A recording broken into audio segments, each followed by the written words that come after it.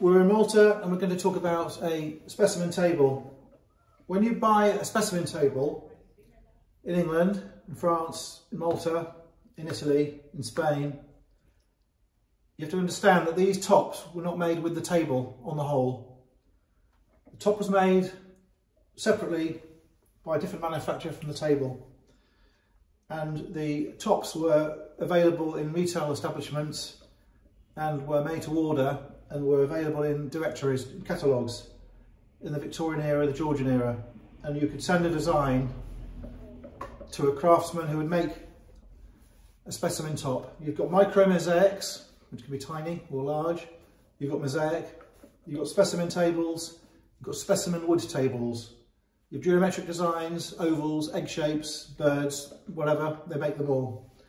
And even now you can buy specimen tables or pietra dura or pietra commesse, where they make this type of decoration on larger tables. You'll see in the 1980s, 90s, 2000s, there was a market for this type of effect for coffee tables and dining tables, for garden furniture, conservatory furniture, and they would make these types of tabletops. But they were made in India, made in Turkey, made in Italy.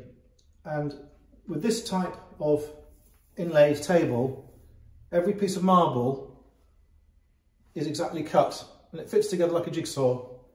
The modern ones have a base piece of marble where they take chunks and channels out of it so that some of the decoration, for example the white usually, is part of the slab, and in the channels which they've excavated they insert the coloured pieces of marble. Not always marble, can be stone.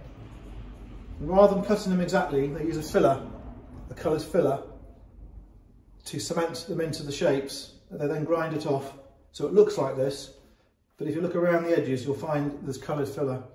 So you have, in 1700, 1800, 1900, you had very carefully made tables. 100 years later, in 2000, you had synthetic, simulated, carefully made tables. So just to go over that again, it's like stone or marble marquetry, and there will be a piece of stone underneath or cement. The earlier ones have the stone fitted together very carefully without filler, and the modern ones tend to have filler. So what happened on the whole is, talking about England, people would travel to Naples, to Rome, to Greece, to Malta, and they would see workshops who create these things, highly polished, highly shiny, and exotic to the English taste, and useful as well. It's hard wearing and doesn't twist like a piece of wood, doesn't need revarnishing like a piece of wood. And what would happen is the stone only would be put in a crate and stuck on a ship and sent to England, and it might take 5 months for this to get from a workshop to a country house in the middle of nowhere in England. That's what it was like. And what then would happen is the owner of the piece of stone would get a cabinet maker to make the stand, and this was a secondary phase. Sometimes the furniture maker would buy the disc of marble or the square of marble, and they would make them themselves and sell them, but often it was done afterwards by the buyer. It's rather like buying an oil painting on holiday, going to England, having it framed. It's the same thing. So on this occasion, the style is Italian, and the age is about 1840, and I would suggest it was made in Malta because of the cross.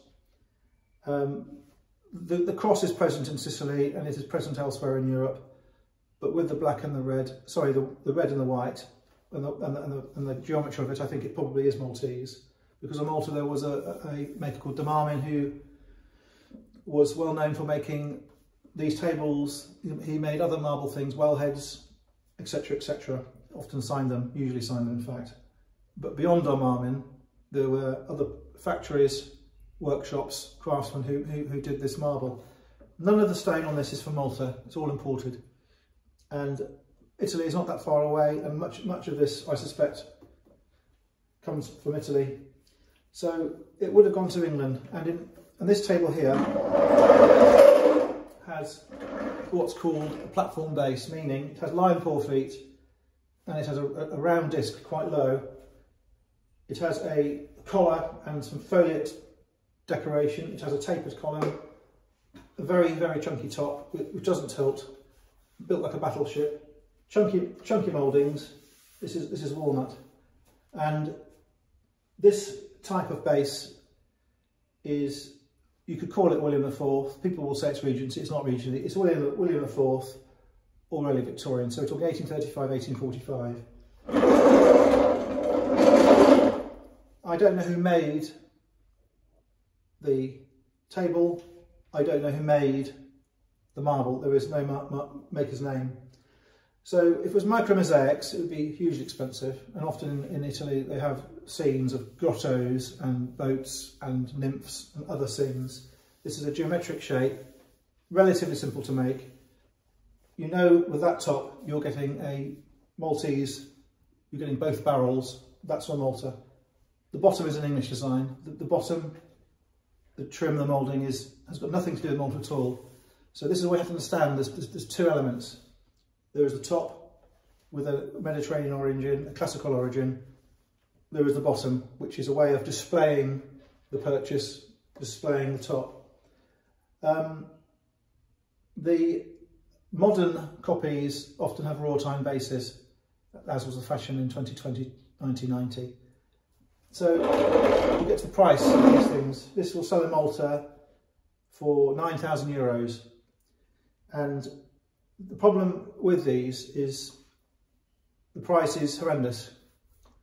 But just to show you the market at the moment, in England,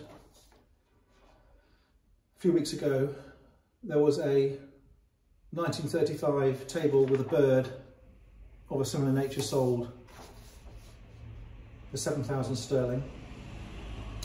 They had attributed the base to a known maker, Gillows. I don't have an attribution for the base.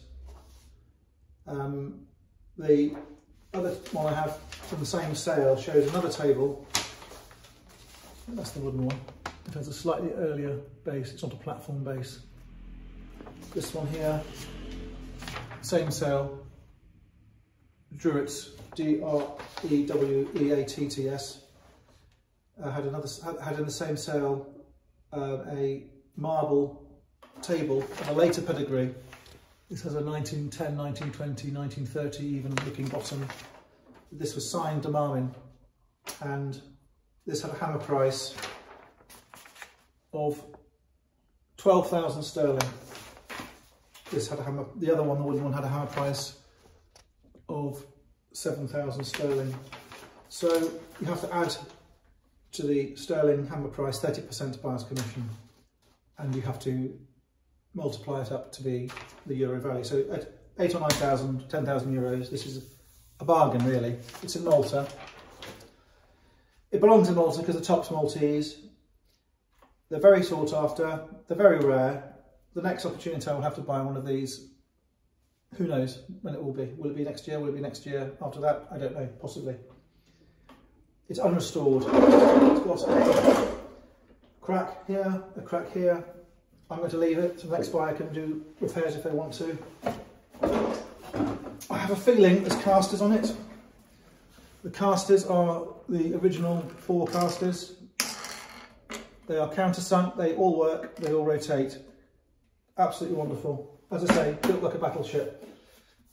The underside stone or cement is visible through the panels. So this is a Malta. It will look good in a flat in teeny point. It will look good on a white tile floor in Adliana. It will look good in Fort Cambridge. It will look good in Mesida, in the Wren's houses. It will look good in a Georgian era, Knights era house. It will look good in a Victorian house, palazzo, townhouse. They're a lot of money. I can't do anything about the price. I wish I could, I can't. That is the price. Is it worth as much as a second-hand car? Is it worth as much as a 30-day cruise on an ordinary cruise ship? this is the question you have to ask yourself. Is it worth as much as a fitted kitchen? It's in Malta for sale. Hopefully you found that interesting. Thank you.